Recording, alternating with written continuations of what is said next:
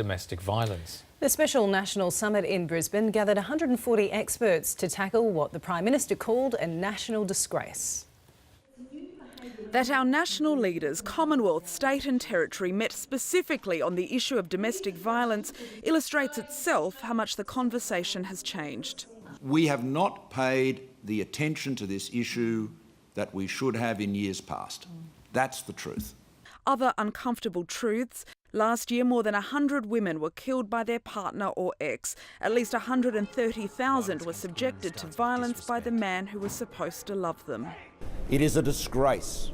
We now recognise that domestic violence is not a private drama to be played out behind closed doors. It is a crime. The numbers are horrific.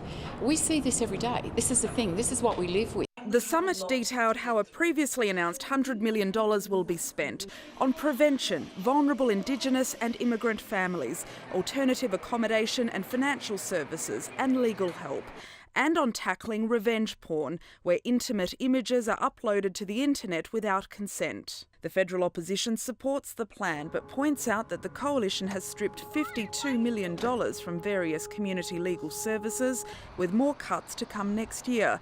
The New South Wales Women's Legal Service is one of them. We're facing a 30% funding cut.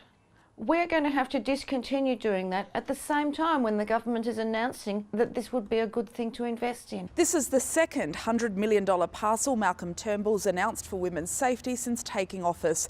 But it's loose change compared to the billions of dollars the government wants to shave off the nation's benefits bill.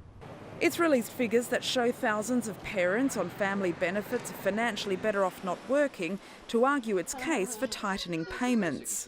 It is a crying shame that some Australians would have to take a pay cut to get a job in this country because of the way our welfare system works. If this government wants to save some taxpayer money, don't hand out $50 billion in tax cuts to large multinationals and the big banks. How much the government can reform welfare will be, like most things, up to convincing the Senate crossbench. Daniela Retorto, SBS.